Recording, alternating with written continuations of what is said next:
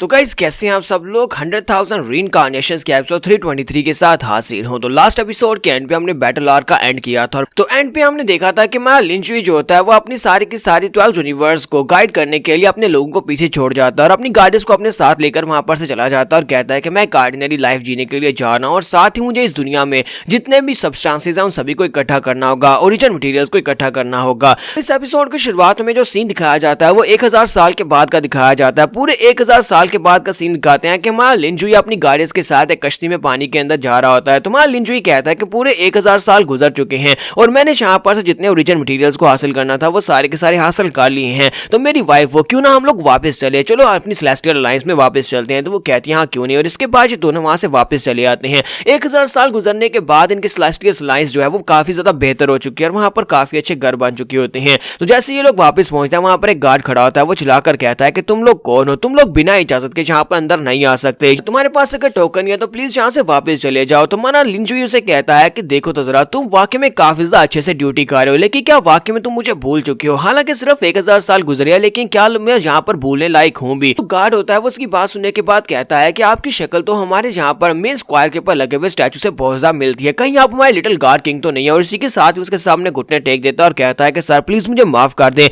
मैं यहाँ पर आपके वापस आने के बारे में सभी लोगों को इन्फॉर्म कर देता हूँ कि गार्ड किंग वापस आ चुके हैं। लिंजुई से कहता है कि तुमने यहाँ पर मुझे पहचानने के साथ मेरे सामने घुटने टेक दिए, इसका मतलब यह है कि तुम एक वफादार गार्ड हो, तो मैं यहाँ पर तुम्हें नई पावर्स ग्रांट करता हूँ। इसी के साथ मैं लिंजुई से कुछ पावर्स देता है और इस बात से वो गार्ड काफी ज्यादा खुश हो जाता है। जबकि इसी के साथ उसके साथी भी वहां पर पहुंच जाते हैं, उन्हें महसूस हो जाता है कि लिंजुई वापस आ गया है। तो डार्क गार्ड इसके साथ उसके सारे के सारे साथी वहां पर वापस पहुंच जाते हैं। तो फायर सन बुद्धा भी उसके पास आते हैं। तो माया लिंजुई से कहता है कि फायर सन बुद्धा देखो तो जरा तुमने यहाँ पर ब्रेक थ्रू कर लिया और मुझे लगता है कि तुम भी यहाँ पर गार्ड किंगडम में पहुंच चुके हो। तो फायर बुद्धा उसे कहते हैं कि हमारे 12 यूनिवर्स अब पहले से काफी ज्यादा पीसफुल हो चुकी है, जब से यहाँ पर पूरे 1000 साल से हम लोग सिर्फ और सिर्फ कल्टीवेट ही कर रहे हैं और अपनी इस नई राम को दोबारा से रीबिल्ड करने की कोशिश कर रहे हैं। और जब कुछ जो कुछ भी हो पाया ये सारा कुछ आपकी वजह से तो पॉसिबल हो पाया है। तो हमारा लिंचन लोगों से कहता है कि मुझे ये बताओ कि सेलेस्टियल अलायंस की क्या सिचुएशन है। तो मिस सूजन उसे कहती है कि यहाँ पर सब कुछ बिल्कुल परफेक्ट है। 12 यूनिवर्स में जब से तुम यहाँ पर से गए हो उसके बाद से हम लोग यहाँ पर रैपिड स्टेज में, ऐसी स्टेज में जहाँ पर हम लोग बहुत ही अच्छे से ग्रो कर रहे हैं। हमारे सेलेस्टियल अलायंस तो पहले से बहुत ज्यादा बेहतर है। तुम्हारा लिंजुई उसे कहता तो फिर ठीक है, मुझे लगता है कि मैंने ये सब कुछ तुम्हारे पर छोड़कर बहुत ज्यादा अच्छा किया, क्योंकि तुम यहाँ पर बहुत ही अच्छा काम कर रही हो। मैं चाहता हूँ कि मेरे यहाँ पर वापस आने के बारे में किसी को भी ज्यादा इन्फॉर्म ना किया जाए, क्योंकि मैं यहाँ पर ज्यादा देर के लिए नहीं रुकने वाला, मुझे बहुत इंपॉर्टेंट काम करने के लिए जाना है। तो सबसे पहले मैं यहाँ पर अपने पैलेस में जाकर सेक्युलेशन में रहने वाला हूँ, वहां पर किसी को भी आने की इजाजत नहीं है और कोई मुझे आकर डिस्टर्ब नहीं करेगा।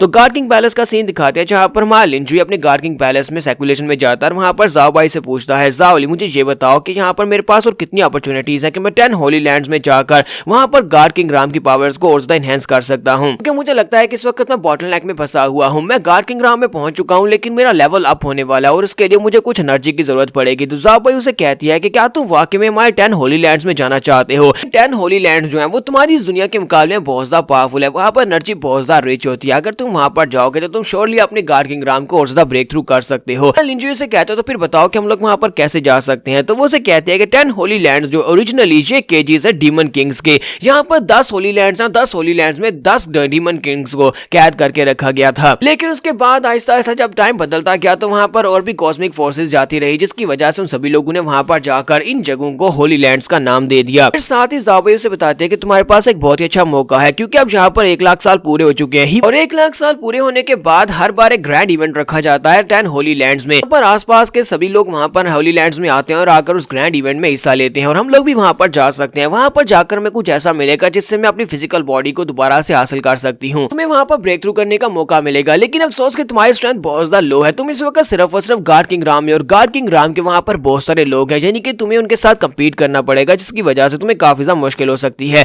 तुम्हारा लिंजुई से कहता है क्या तुम्हें लगता है कि पहले मैं कभी किसी चीज से डरा हूं? तुम्हें पता है कि मेरी गार्ड किंग राम भी दूसरे लोगों की गार्ड किंग राम से बहुत ज्यादा पावरफुल है। तो वो उसे कहती है तो फिर ठीक है, मैं तुम्हें लेकर चलती हूँ, मैं तुम्हें उस जगह पर लेकर चलती हूँ जहां से हम लोग डायरेक्टली 10 होली लैंड में जा सकते हैं। उसे अपने साथ लेकर एक कार्टॉल के ऊपर जाती है और वहां पर जाने के बाद उसे कहती है कि मैं इसको एक्टिवेट करने वाली हूं और उसके बाद हम लोग डायरेक्टली होली लैंड में चले जाएंगे। जैसे वहां पर वो उसको एक्टिवेट करती है तो वो लिंजुई का अपने साथ लेकर होली लैंड में पहुंच जाते हैं। तो होली लैंड को देखने के बाद मां लिंजुई कहता है कि ये तो बहुत ज्यादा खूबसूरत है। तो वो उसे कहता है कि यही वो 10th होली लैंड है जिसमें से मैं आई हूँ, यानी कि मैं यहाँ की कभी क्वीन हुआ करती थी। तो जाओ भाई उसे कहती है कि इससे पहले कि हम लोग यहाँ पर इस होली लैंड के सेंटर में जाए, मैं तुम्हें एक और बात बताना चाहती हूँ, और वो बात यह है कि यहाँ पर गॉड किंग राम से ऊपर भी बहुत सारे लोग हैं। गॉड किंग राम से ऊपर काफी सारे पावरफुल लोग होते हैं, लेकिन उससे पहले मैं सिर्फ और सिर्फ तुम्हें एक ही और लेवल के बारे में बताऊंगी जिसे इंसेस्टर राम कहते हैं। गॉड किंग राम को भी 4 स्टेजेस में तकसीम किया जाता है। पहली इनिशियल होती है, दूसरी इंटरमीडिएट और तीसरी जो होती है वो फाइनल स्टेज होती है, और उसके बाद पीक स्टेज होती है। पीक स्टेज के बाद हाफ स्टेप इंसेस्टर आती है और फिर राम ऑफ इंसेस्टर राम आती है। उसके बाद जो स्टेजेस आती है, यानी इंसेस्टर राम के बाद जो स्टेजेस आएंगे उसके बारे में तुम्हें जानने की जरूरत नहीं है। फिलहाल के लिए तुम्हें सिर्फ इतना ही पता होना चाहिए। लिंजियो से कहता है कि मुझे ये बताओ कि जब तुम्हें वहां पर कैद किया गया था उससे पहले तुम कौन से लेवल पर थी? तो वो उसे कहती है जितना तुम सोच सकते हो मैं उससे भी ज्यादा पावरफुल लेवल पर थी। तो चलो अब जल्दी से चलते हैं सेंटर एरिया में, चलकर उन लोगों से मिलते हैं, देखते हैं कि वो लोग मुझे पहचानते भी हैं नहीं। तो मैं लिंजियो से कहता है कि हाँ क्यों नहीं। साथ ही जाते हुए वहां पर मैं लिंजियो से पूछता है मुझे ये बताओ कि तुम यहाँ पर कौन सी चीज लेने के लिए आई हो? तुमने कहा था ना कि यहाँ पर कोई ऐसी चीज है जिससे तुम अपनी फिजिकल बॉडी को हासिल कर सकती हो।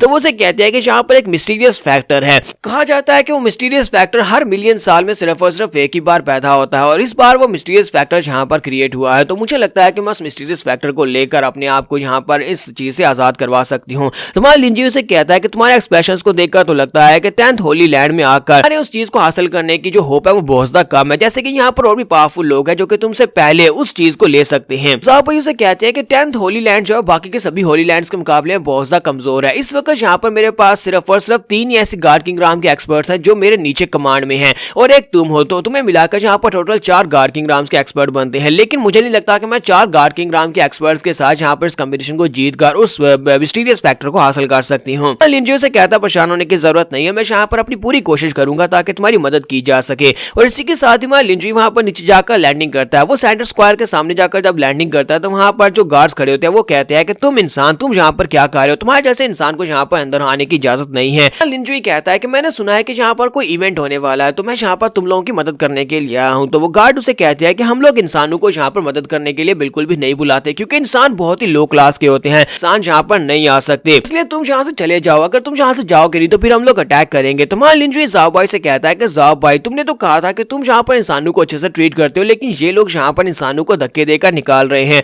तो ज़ाओबायू से कहती है कि मुझे लगता है कि यहाँ पर काफी अरसा गुजर चुका है, जिसकी वजह से अब यहाँ पर जो नए ओनर आए हैं उन्होंने रूल्स को बदल दिया होगा। हालांकि मैंने यहाँ पर रूल्स बनाए थे कि इंसान और डीमंस जो है वो मिलकर काम कर सकते हैं। तो मैं लिंजियो की बात सुनने के बाद गार्ड से कहता है कि मैं तुम लोगों के इंसेस्टर से मिल चुका हूँ, और उसने यहाँ पर मुझे इस बारे में कुछ भी नहीं बताया कि यहाँ पर इंसान नहीं आ सकते, उसने ऐसा कोई रूल मेंशन नहीं किया। तो ये बात सुनने के बाद गार्ड्स काफी ज्यादा गुस्सा हो जाती है और कहती है कि तुम्हारी हिम्मत कैसे हुई यहाँ पर हमारे इंसेस्टर के बारे में इस तरह की बात करने की?